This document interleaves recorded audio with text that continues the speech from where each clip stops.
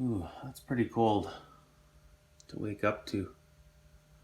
Better get the old stove going. Well, it didn't take much there. You got good seasoned wood.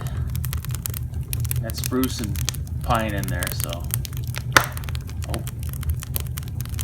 Yeah, all I did was, it was right down to the coals there. I got the stove figured out to where I can put the most amount of heat out and wake up and have it just be just a little bit of coals because I want to get as much heat in the house as I can.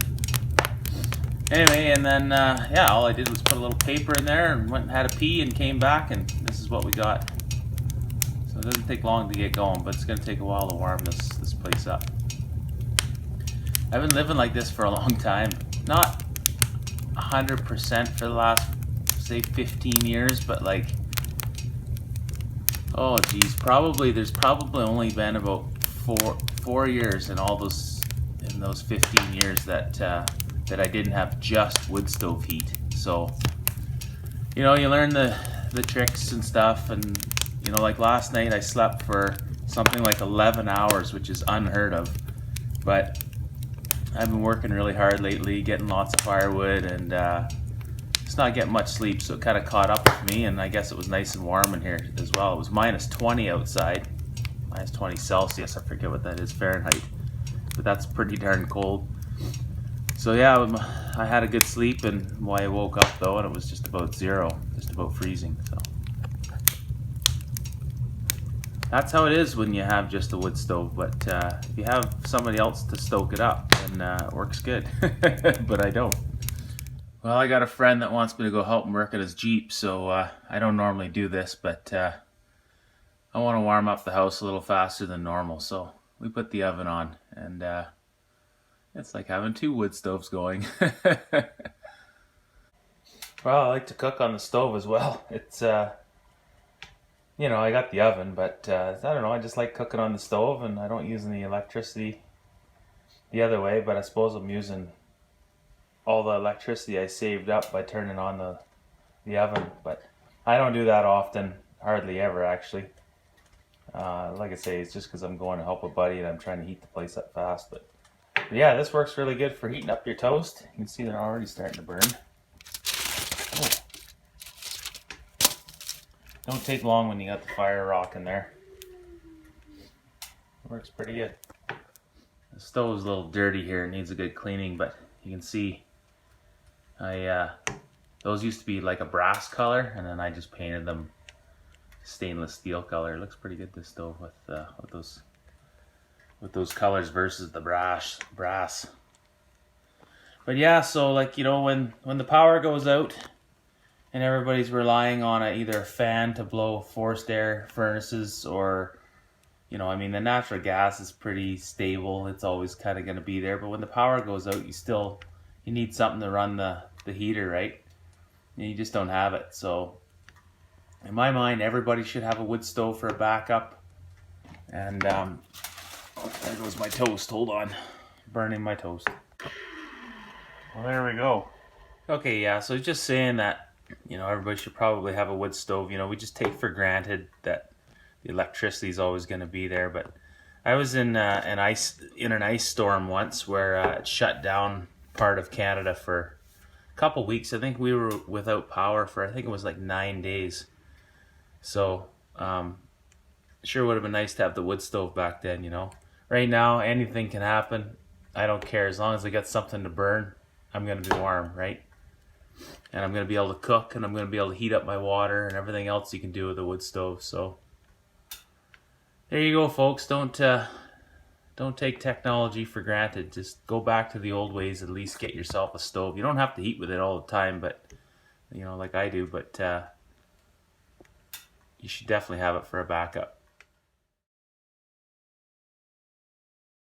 Okay, so an hour later, we're at 30 degrees, close to it. And I don't know if you can tell, but that wood is over half gone, but that's just having it cranked right up like that. Normally, you know, I can get about 6 or 7 hours of producing pretty good heat. It'll still put out heat after that, but not like it does in that first little bit. But that's softwood for you, and but that's all we have to burn here, other than poplar, which is a hardwood, but doesn't really. It's a soft hardwood. It doesn't burn any longer than this stuff does. It just puts out more ash. So yeah, that's what we're stuck with around here. We have a little bit of birch, but not much. So look at this wood here. You can see the ones that are dark, and then the ones like that are white colored, clear colored. That's because some of that water or some of that wood has had water onto it, like dripped on it, you know. And like some people say that you can just season wood outside in a pile, and everybody has their own theories, but I don't like having it like when it's black like that. It never seems to burn as long or put out as much heat. It'll ignite right away, like it'll burn good and clean. It just won't put out as much heat as, say, something like that hasn't seen any water at all, but yet is still seasoned. So I generally cover my wood like just on the top, and then I let the air get to it. It needs air. Firewood needs air and needs sun more than anything. And like I say, to each their own. Everybody can do their own thing. But with softwoods, I don't know, maybe hardwoods are different.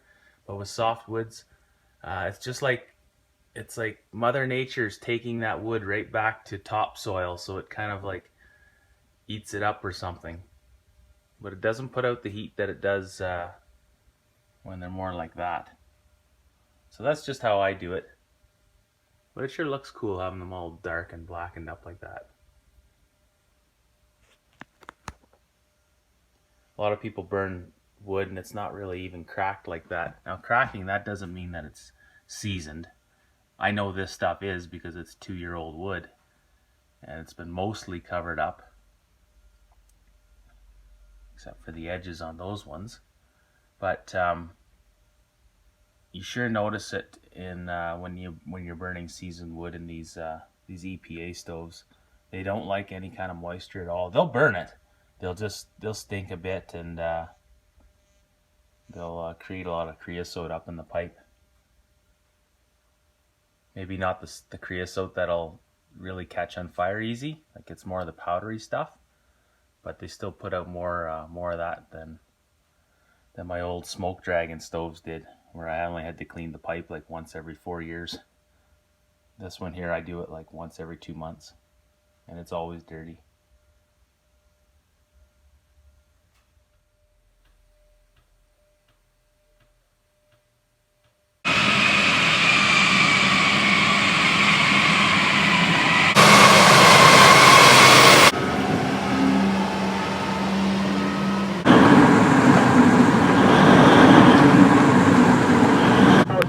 Turn around where you're out and I'll back down.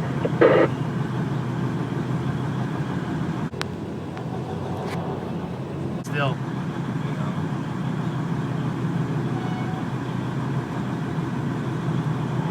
Seems so slow going. Whole field shake. Holy jeez. Look at the rocks up there. Look at the rocks flying. Holy.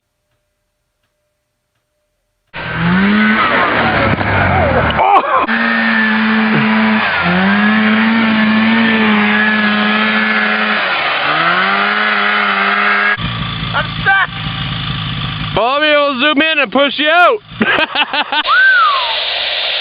Good old moose steak.